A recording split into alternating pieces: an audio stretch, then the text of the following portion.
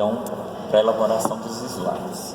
Para começar, nós temos que entender que todos vocês terão de 10 a 15 minutos para a exposição do trabalho elaborado. Então, enquanto normativa de uma boa elaboração de slides, é necessário entender que o tempo gasto por slides é equivalente a 1 minuto. Portanto, se temos de 10 a 15, teremos uma proporção de até 15 slides. Sempre indico ter 15 slides máximos ou numa condição de 16 slides máximos, porque alguns você passa mais rápido e outros eu dou ênfase. Então a média ela gera essa capacidade de vocês terem um tempo hábil de apresentação compatível ao número de slides. Lembrando que desde o primeiro slide, que é o slide de apresentação, que apresenta título, nome dos alunos ou componentes, ao agradecimento, né? Todos eles são contabilizados. Então, saiba que os 15 ou 16 slides na apresentação deste trabalho corresponde do início ao final. Então, o primeiro slide é um slide mais simples, onde vocês devem colocar o título, a autoria, né, que são os alunos. Ele deve seguir um padrão estabelecido. O próximo slide é a apresentação. A apresentação é um slide onde vocês irão expor de forma sintética, de preferência na forma de tópicos, o porquê e vamos dizer, os porquês ou os fatores que determinam a escolha desse tema. Exemplo, se eu fosse tratar hoje de idoso, né? Estivesse falando de treinamento funcional idoso, provavelmente um dos fatores que me chamaria a atenção é o fato de que cresce essa população no Brasil. Então, se eu registrasse aqui crescimento populacional de idosos, já me faria lembrar desse fator demográfico. Outro, que se cresce é porque tem alguma mudança no comportamento desses indivíduos, né? Ou seja, a longevidade, a expectativa de vida. Então, o que se espera nos slides? Que vocês coloquem apenas tópicos. Eu espero que os meus orientandos não coloquem texto. O texto, por 2 fatores, ele é negativo, porque gera necessidade de leitura, certo? Faz com que você se prenda a ler. E segundo, ele acaba carregando, mostrando uma fragilidade por quem está ali à frente de vocês. E um detalhe importante, nós temos 2 tipos de avaliadores no trabalho de vocês. O avaliador formal, que teve acesso ao seu texto, e o avaliador que ali está conhecendo o seu trabalho, e ele não teve acesso ao seu texto. Então você tem que ser claro, coerente, e tem que apresentar o que tem no texto. Então, o que acontecia em outras situações, jamais comentem coisas que não façam parte do texto. Não se espera-se, em um trabalho científico, vocês darem posicionamentos que não fizeram parte do trabalho. Então, se eu não falei de qualidade de vida, não discuta qualidade de vida. Se eu não tratei do assunto, vamos dizer, motivação por estar na academia, não trate desse assunto, só trate do que foi coletado, mesmo que você esteja trabalhando nesse campo há anos e perceba certas coisas. Então, na apresentação, na forma de tópico, espera-se que o aluno coloque, então, elementos que fizeram vocês buscarem essa pesquisa ou se envolverem nessa pesquisa. O segundo, né, na verdade, o terceiro slide, mas o segundo, enquanto ordem, né, se espera-se apresentar apenas o objetivo geral. Por que o objetivo geral? Ele é norteador do entendimento do que é a pesquisa. Então, eu sugiro não colocar objetivos da pesquisa, o específico, o geral e os específicos. Coloque só o geral, aquele inclusive que está contido já no resumo. Vocês lembram que todos os trabalhos que eu corrigi, eu pedi que deixasse claro o objetivo geral, né? Então, é este que deve ser parte aqui integrante. Eu posso até ter desdobramentos dele, assim, deixar claro, se o meu objetivo geral é analisar a eficiência de 2 métodos para a hipertrofia de indivíduos jovens adultos, e eu ainda especificar quais são os 2 métodos, ótimo, é complementar ao objetivo geral, mas declarem aqueles ouvintes do seu processo, da sua apresentação, quem são ou qual é o objetivo geral da pesquisa. Seguido de revisão de literatura. Nesse item, que pode ter mais de um slide, aí na revisão de literatura é possível a gente incluir 2 ou até 3 slides. Ele deve ser também na forma de tópicos, ele é apenas ilustrativo, ele serve como elemento para relembrar, né? Fazer vocês lembrarem dos itens que tratam a pesquisa. E um dado importante, ele serve como norteador para entender o objeto. Então, por que é importante a revisão de literatura? Porque ele apresenta conceitos que vocês adotam para elucidar ou esclarecer ao leitor o que se trata daquele assunto, né? Exemplo, se eu estou falando de envelhecimento, treinamento funcional e aumento de massa muscular, subentende então entender isso. Então tá, quem é o idoso? O que é o processo de envelhecimento, né? Porque na literatura nós temos vários conceitos, mas você está adotando qual, né, para esse estudo? Então, na revisão de literatura, espera-se que vocês então descrevam esses conceitos básicos que vão auxiliar na construção dos resultados esperados, certo? Nas considerações provindas desse estudo. Então, tenham cuidado de apresentar aqui, seja idoso. Eu posso até, inclusive, incluir características como colocar um termo, né? E aí vamos lá, pegar idoso. E quem que vai? Simão, 2007. De repente, pode ser que talvez seja bacana colocar dessa forma, porque lembra, olha, eu vou adotar o conceito de Simão, que entende que, certo? Então, mas cabe a vocês falarem, né? Não carreguem. Eu posso até trazer um conceito de um termo, colocar ele na íntegra, quando ele tem uma certa complexidade. Do contrário, só cite no slide com um tópico, mas na fala construa esse bom conceito, certo? Então eu posso ter mais de 2. Então, se a gente for analisar, nós estamos aqui, na revisão é o 4º slide. Se a gente for somar, ter 2 ou 3 de revisão, vai para 6 ou 7.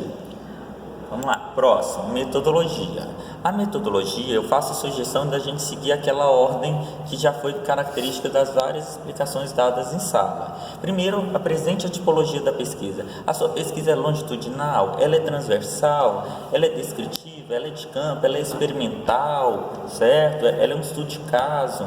Então, caracterizar de forma imediata a pesquisa, ela é importantíssima. Então, não é obrigatório ter os subtópicos, tipologia, amostra, mas ela facilita pelo menos na hora da apresentação, mesmo que eu não tenha adotado isso no meu texto. Alguns, né, eu até sugeri que ficasse, mas outros eu até permiti que fosse texto corrido. Mas aqui caberia, para facilitar a exposição, vocês deixarem claro os tópicos. Então, qual que é a tipologia da pesquisa? Seguida.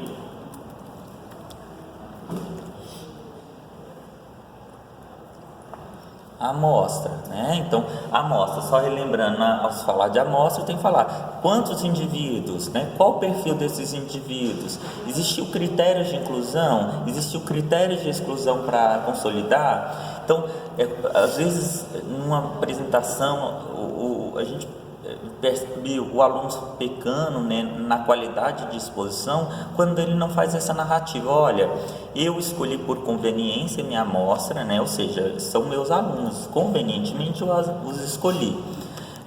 Mas lembrando, ele seguiu alguns elementos que o caracterizaria como amostra. Então, passou por um crivo de um critério de inclusão. São indivíduos que estavam treinando há mais de 6 meses, tendo a faixa etária inicialmente definida, né? Ser só do sexo X escolhido para essa pesquisa. Então, isso qualifica a exposição. Então, o que eu espero que vocês sejam capazes é ter esse cuidado de apresentar com detalhes a seleção, o crivo, né? O processo de escolha da amostra. Aí, mais uma vez, metodologia eu posso ter mais de um, justificado que metodologia não na amostra. Depois da amostra tem os instrumentos de coleta e as análises, a forma de análise de coleta, a análise de dados, desculpa. Então, aqui eu vou até inserir um novo slide e vou... No caso, a forma de análise seria mais tabular, quase todos. Não, a forma de análise, só lembrando, 100% dos alunos do matutino fizeram análise estatística do tipo descritivo, não foi isso? Agora, como que foi estruturado? Alguns fizeram médias, percentuais, desvio padrão, né? Máxima e mínima, né? Então, seria na metodologia. Então, nós temos os instrumentos de coleta. Nos instrumentos de coleta, não esqueçam de se posicionar. Se o instrumento foi um instrumento validado, né? Então, apresente, foi utilizado o protocolo de Narras, conhecido como pentátulo do bem-estar, que é composto de, precisa 5 categorias ou 5 componentes, sendo cada componente com 3 questões, fundando em 15 questões totais do instrumento. Eu preciso ter essa narrativa toda no texto? Não, instrumento de coleta, protocolo de Narras 2007, pentátulo do bem-estar, ponto. Agora cabe a mim, na minha exposição, explicar, né? Não, esse instrumento foi elaborado por nós, pesquisadores, que é um instrumento composto por 30 questões, sendo dividido em tantas categorias.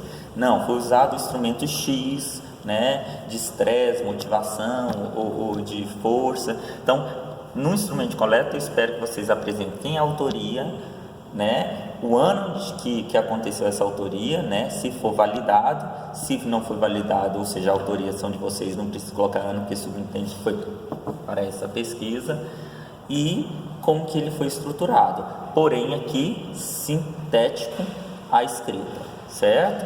Agora o último item é análise de dados.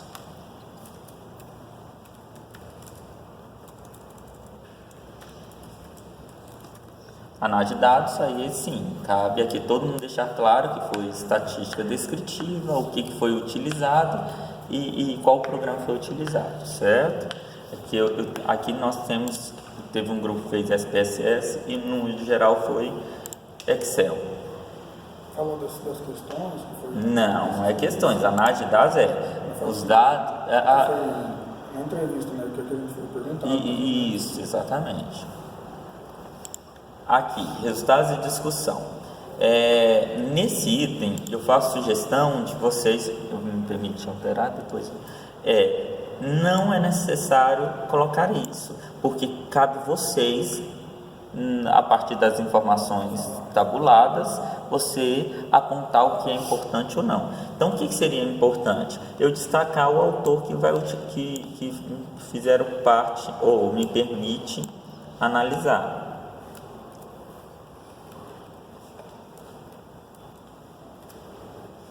Citado aqui, eu já sei que vai ser o referencial.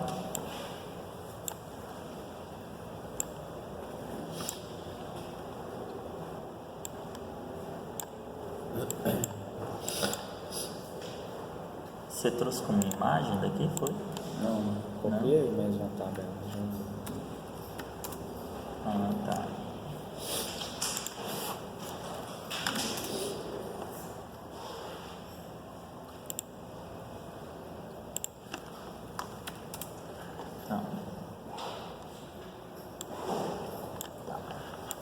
Lembrando, enquanto autores de um trabalho, vocês têm autonomia de não manipular os resultados, mas selecionar os resultados. É coisa totalmente diferente. O que corresponde à manipulação? Manipulação é quando eu altero os resultados.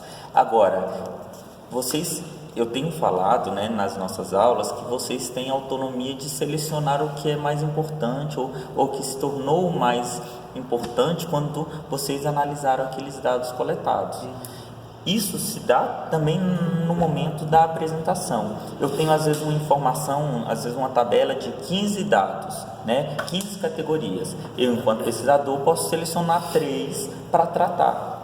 Então, aqui eu poderia simplificar as minhas informações, minhas tabulações, para que eu possa melhor explicar para o público da qual está avaliando, o ouvinte ou o avaliador banca, certo? Então, tenho esse cuidado. E aí, mostro o dado e a autoria que permitiu analisar. E por que isso? Se eu sei que Dante Júnior me faz recordar o que ele tratou para eu poder discutir, certo? Então, nos resultados, e aí só lembrando, nós tínhamos de 6 a 7 slides até a revisão, não é? Aí se a gente acrescenta mais uns 2 para metodologia, foi de 6 para 7, de 6 e 7 para 8 a 9. Então agora nós temos que pensar que nós temos, além disso, as considerações finais e as referências, né? Então, em média, os resultados de discussões, que são um dado importantíssimo do trabalho, vai ter como referência 4 a 5 slides, no máximo. Aí em seguida, as referências, as considerações finais, que eu sugiro colocar em uma única, na forma de tópico, seguido de referência, que aí eu sugiro vocês simplificarem. Simplificar não é excluir, mudar a fonte para ficar mais reduzida numa, e o agradecimento. Ponto. Fechou 15 a 16 slides. Tópico, do jeito que está aí. As considerações finais aqui não está em tópico, né? Aqui está em texto, certo? Tópico é quando você sintetiza de acordo com os dados da coleta, conclui-se que os atestos podem sofrer novas abordagens conceituais. Sofrem.